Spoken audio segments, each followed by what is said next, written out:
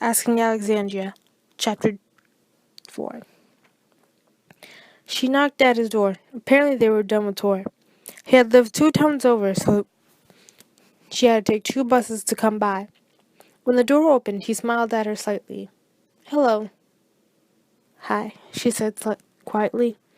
They stood there awkwardly for a couple of minutes until Ben said, "Would you like to come in?" She nodded and walked in. She sat her bag down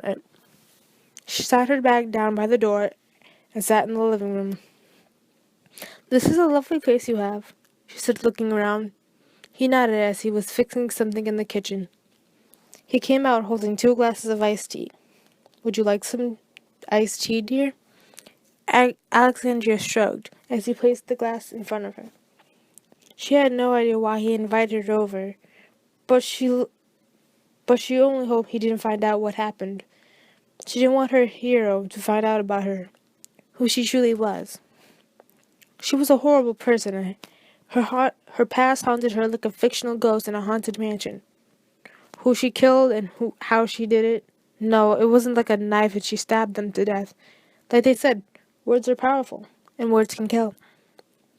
If Ben found out about that, her brother's incident, and what she did to help her sister as she was dying, which is nothing at all, he would see her just like everybody else.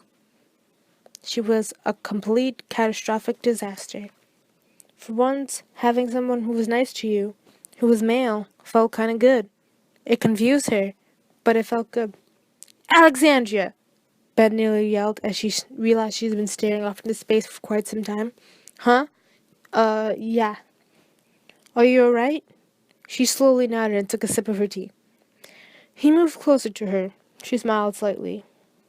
He moved close enough to wrap his arms around her, and that he did. Alexandria tensed up a bit, but Ben didn't seem to notice. He started placing kisses on her face. "Ben, stop," she said and tried to push him away.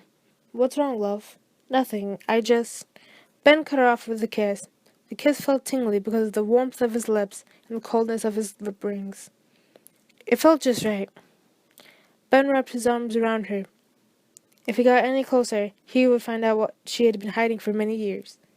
She pulled away and looked at Ben, who had a smirk on his face. "I don't want this to go too far," she said.